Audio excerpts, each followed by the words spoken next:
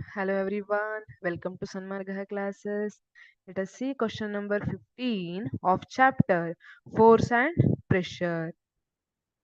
Name the instrument used to measure the pressure difference of liquids.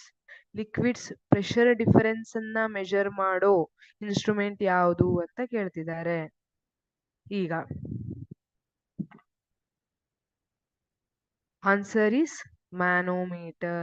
Manometer is the instrument used to measure the pressure difference of liquids.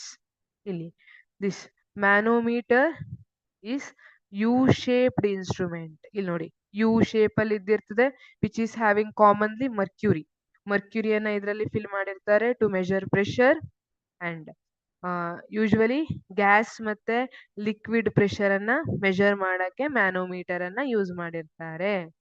It is mainly used in laboratories and pipe lines to measure gas or liquid. ಈಗ supply pipe lines ಇರುತ್ತಲ್ಲ ಅದರಲ್ಲೆಲ್ಲ pressure ಅನ್ನ measure ಮಾಡ್ಲಿಕ್ಕೆ manometer ಅನ್ನ use ಮಾಡಿರ್ತಾರೆ.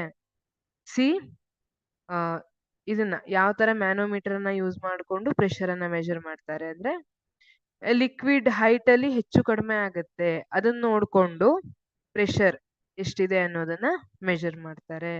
Therefore manometer is the instrument use to measure the pressure difference of liquids.